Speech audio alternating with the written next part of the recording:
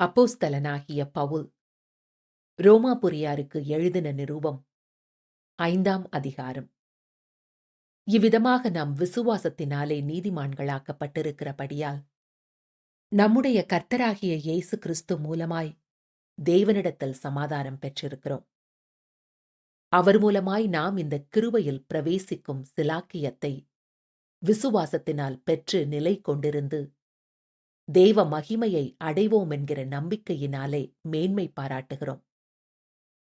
அது மாத்திரமல்ல, உபத்திரவம் பொறுமையையும், பொறுமை பரீட்சையையும், பரீட்சை நம்பிக்கையையும் உண்டாக்குகிறதென்று நாங்கள் அறிந்து உபத்திரவங்களிலேயும் மேன்மை பாராட்டுகிறோம்.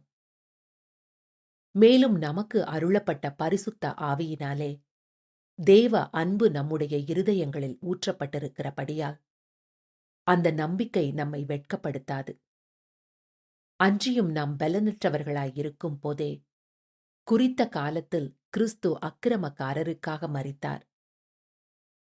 நீதிமானுக்காக ஒருவன் மரிக்கிறது அரிது, நல்லவனுக்காக ஒருவேளை ஒருவன் மரிக்க துணிவான். நாம் பாவிகளாயிருக்கையில் கிறிஸ்து நமக்காக மரித்ததினாலே தேவன் நம்மேல் வைத்த தமது அன்பை விளங்க பண்ணுகிறார். இப்படி நாம் அவருடைய இரத்தத்தினாலே நீதிமான்களாக்கப்பட்டிருக்க, கோபாக்கினைக்கு நீங்கலாக அவராலே நாம் ரட்சிக்கப்படுவது அதிக நிச்சயமாமே. நாம் தேவனுக்கு சத்துருக்களாயிருக்கையில் அவருடைய குமாரனின் மரணத்தினாலே அவருடனே ஒப்புரவாக்கப்பட்டோமானால், ஒப்புரவாக்கப்பட்ட பின் நாம் அவருடைய ஜீவனாலே ரட்சிக்கப்படுவது அதிக நிச்சயமாமே. அதுவும் அல்லாமல் இப்பொழுது ஒப்புரவாக்குதலை நமக்கு கிடைக்க பண்ணின நம்முடைய கர்த்தராகிய இயேசு கிறிஸ்து மூலமாய் நாம் தேவனை பற்றியும் மேன்மை பாராட்டுகிறோம். இப்படியாக ஒரே மனுஷனாலே பாவமும் பாவத்தினாலே மரணமும் உலகத்திலே பிரவேசித்தது போலவும், எல்லா மனுஷரும் பாவம் செய்தபடியால் மரணம் எல்லாருக்குள்ளும் வந்தது போலவும் இதுவுமாயிற்று. நியாயப்பிரமாணம் கொடுக்கப்படுவதற்கு முன்னும் பாவம் உலகத்திலிருந்தது. நியாயப்பிரமாணம் இல்லாதிருந்தால் பாவம் எண்ணப்படமாட்டாது. அப்படியிருந்தும் மரணமானது ஆதாம் முதல் மோசே வரைக்கும் ஆதாமின் மீறுதலுக்கொப்பாய் பாவம் செய்யாதவர்களையும் ஆண்டு கொண்டது. அந்த ஆதாம் பின்பு வந்தவருக்கு முன்னடையாளமானவன். ஆனாலும் மீறுதலின் பலன் கிருபை வரத்தின் பலனுக்கு ஒப்பானதல்ல. எப்படியெனில், ஒருவனுடைய மீறுதலினாலே அநேகர் மரித்திருக்க, தேவனுடைய கிருபையும் இயேசு கிறிஸ்து என்னும் ஒரே மனுஷனுடைய கிருபையினாலே வரும் ஈவும் அநேகர் மேல் அதிகமாய் பெருகியிருக்கிறது. மேலும் ஒருவன் பாவம் செய்ததினால் உண்டான தீர்ப்பு தேவன் அருளும் ஈவுக்கு ஒப்பானதல்ல.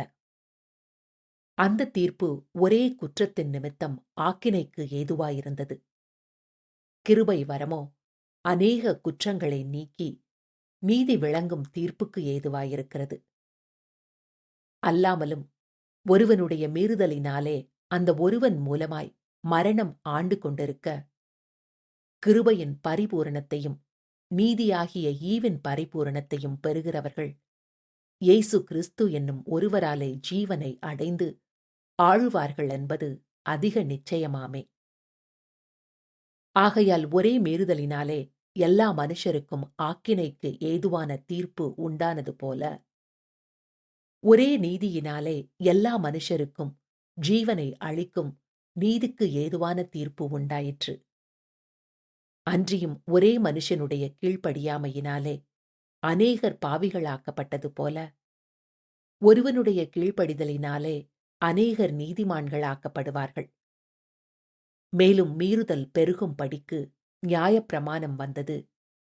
அப்படியிருந்தும் பாவம் பெருகின இடத்தில் கிருபை அதிகமாய் பெருகிற்று.